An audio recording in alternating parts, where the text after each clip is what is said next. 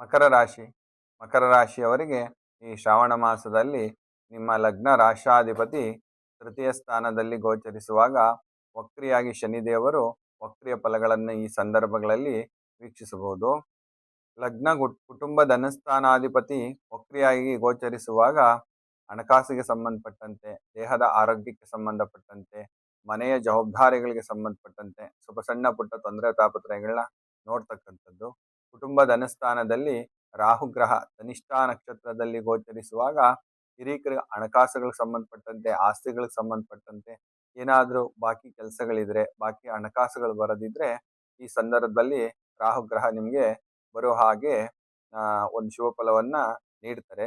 ತೃತೀಯ ಸ್ಥಾನಾಧಿಪತಿ ಗುರುದೇವರು ಸಪ್ತಮ ಸ್ಥಾನದಲ್ಲಿ ಗೋಚಾರ, ಉಚ್ಚ ಸ್ಥಾನದಲ್ಲಿ ಗುರುವಿನ ಗೋಚಾರವಿರೋದರಿಂದ ಗುರುದೇವರು ಲಕ್ಷ ದೋಷ ಇದ್ರೂ ಸಹ ಈ ಸಂದರ್ಭದಲ್ಲಿ ನಿವಾರಣೆ ಮಾಡಿ ಶುಭ ಫಲವನ್ನೇ ನೀಡ್ತಾರೆ ಅಂತಂದೇಳಿ ಹೇಳ್ತೀವಿ.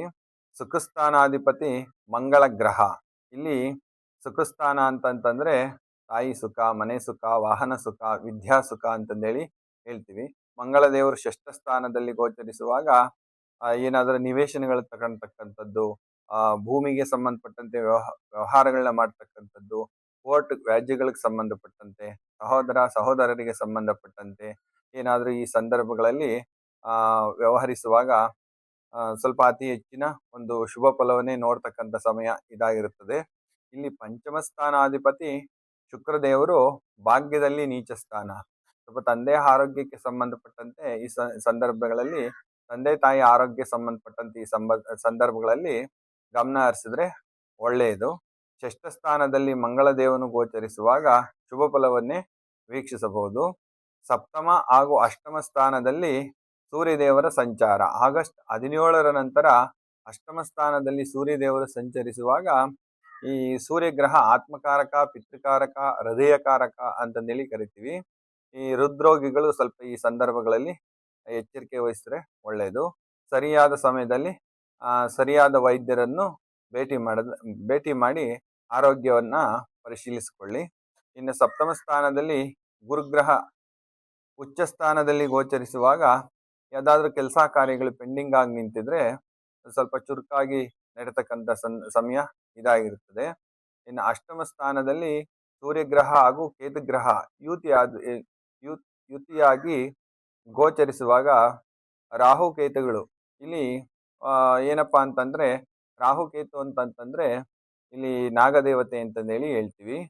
ಸೂರ್ಯನೊಟ್ಟಿಗೆ ಕೇತುಗ್ರಹ ಸಂಚರಿಸುವಾಗ ಸ್ವಲ್ಪ ಪಿತ್ರಾರಿಷ್ಟ ದೋಷಗಳು, ನಾಗಾರಿಷ್ಟ ದೋಷಗಳು ಗೋಚರ ಆಗ್ತಕ್ಕಂಥದ್ದು. ಪಿತೃಶಾಂತಿ ಏನಾದ್ರೂ ಸರಿಯಾಗಿ ನಡೆದಿಲ್ಲಪ್ಪ ಅಂತಂದ್ರೆ ಈ ಸಂದರ್ಭಗಳಲ್ಲಿ ಪಿತೃಕಾರ್ಯಗಳನ್ನ ಆಚರಿಸ್ಕೊಂಡ್ರೆ ಒಳ್ಳೇದು. ಭಾಗ್ಯಸ್ಥಾನಾಧಿಪತಿ ಅಷ್ಟಮ ಹಾಗೂ ಭಾಗ್ಯದಲ್ಲಿ ಗೋಚರಿಸುವಾಗ ಬುಧದೇವರಿಂದ ನಿಮಗೆ ಯಾವುದೇ ತೊಂದರೆ ತಾಪತ್ರಯಗಳು ಈ ಸಮಯದಲ್ಲಿ ಇಲ್ಲ. ಬುಧಗ್ರಹ ಅಂತಂತಂದ್ರೆ ಜ್ಞಾನಕಾರಕ, ವ್ಯವಹಾರಕಾರಕ, ವಿದ್ಯಾಕಾರಕ ಅಂತಂದೇಳಿ ಹೇಳ್ತೀವಿ. ಈ ಸಂದರ್ಭಗಳಲ್ಲಿ ಬುಧದೇವರಿಂದ ನಿಮಗೆ ಶುಭ ಫಲವನ್ನೇ ವೀಕ್ಷಿಸಬಹುದು. ಸೆಪ್ಟೆಂಬರ್ 2ನೇ ತಾರೀಕು ಶುಕ್ರಗ್ರಹ ಸ್ವಸ್ಥಾನಕ್ಕೆ ಬಂದಾಗ ಮಾಳವ್ಯ ಯೋಗ ಅಂತಂದೇಳಿ ಪ್ರಾಪ್ತಿಯಾಗಿ ಇನ್ನು ಅತಿ ಹೆಚ್ಚಿನ ಶುಭ ಫಲ ನೀವು ಈ ಸಂದರ್ಭಗಳಲ್ಲಿ ವೀಕ್ಷಿಸಬಹುದು. ಇಲ್ಲಿ ಲಾಭಾಧಿಪತಿ ಮಂಗಳ ದೇವನು ಷಷ್ಠ ಸ್ಥಾನದಲ್ಲಿ ಗೋಚರಿಸುವಾಗ ಮಂಗಳ ದೇವನಿಂದಲೂ ಸಹ ಈ ರಾಶಿಯವರಿಗೆ ಯಾವುದೇ ಅಶುಭ ಫಲ ಇರುವುದಿಲ್ಲ. ವ್ಯಯಾಧಿಪತಿ ಗುರುದೇವರು ಸಪ್ತಮ ಸ್ಥಾನದಲ್ಲಿ. ಈ ಸಂದರ್ಭಗಳಲ್ಲಿ ಏನಪ್ಪಾ ಅಂತಂದ್ರೆ ಶುಭ ಕಾರ್ಯಕ್ಕೆ ಹಣನ ವಹಿಸ್ತಕ್ಕಂಥದ್ದು.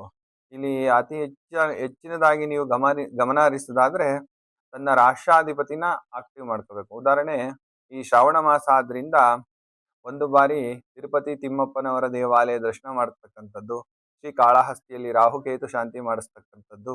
ಇಲ್ಲಪ್ಪ ಕೆಲವರು ನಾವು ಅಲ್ಲಿಗೆ ಹೋಗಕ್ಕಾಗಲ್ಲ ಅಂತಂದ್ರೆ ನಿಮ್ ಪ್ರಾಂತ್ಯದಲ್ಲಿ ಯಾವ್ದಾದ್ರು ವಿಷ್ಣು ದೇವರಿಗೆ ಸಂಬಂಧಪಟ್ಟಂಗೆ ಮತ್ಸ್ಯಕೂರ್ಮ ವರಹಶ್ಚ ನರಸಿಂಹೋತ ವಾಮನಃ ರಾಮೋ ರಾಮಶ್ಚ ಕೃಷ್ಣಶ್ಚ ಬುಧ ಕಲ್ಕಿ ತಿಥಿ ದಶಃ ಅಂದ್ರೆ ಈ ದಶಾವತಾರಗಳಲ್ಲಿ ವಿಷ್ಣು ದೇವರಿಗೆ ಸಂಬಂಧಪಟ್ಟಂತೆ ರಾಮ ಆಗ್ಬೋದು, ಕೃಷ್ಣ ಆಗ್ಬೋದು, ರಂಗನಾಥ ಸ್ವಾಮಿ ಆಗ್ಬೋದು, ವಿಶೇಷವಾಗಿ ಏನಾದರೂ ನಾಟಿ ತುಳಸಿಯಿಂದ ಅರ್ಚನೆ ಮಾಡಿಸ್ತಕ್ಕಂಥದ್ದು, ಮತ್ತೆ ಬೆಣ್ಣೆ ಅಲಂಕಾರಗಳನ್ನ ಮಾಡಿಸ್ತಕ್ಕಂಥದ್ದು, ಈ ತಿಲ ಅಂತಂದ್ರೆ ಎಳ್ಳನ್ನ ದಾನ ಕೊಡ್ತಕ್ಕಂಥದ್ದು, ಎಳ್ಳೆಣ್ಣೆಯಿಂದ ದೀಪ ಹಚ್ಚತಕ್ಕಂಥದ್ದು, ಈ ಥರದ್ದೆಲ್ಲ ಮಾಡ್ತಾ ಹೋದಾಗ ಏನಾಗತ್ತಪ್ಪ ಅಂತಂದ್ರೆ ನಿಮ್ಮ ರಾಶಾಧಿಪತಿ ವಕ್ರಿ ಫಲ ಕಡಿಮೆ ಆಗಿ ಶುಭ ಫಲವನ್ನೇ ಈ ಸಂದರ್ಭದಲ್ಲಿ ನೋಡಬಹುದು.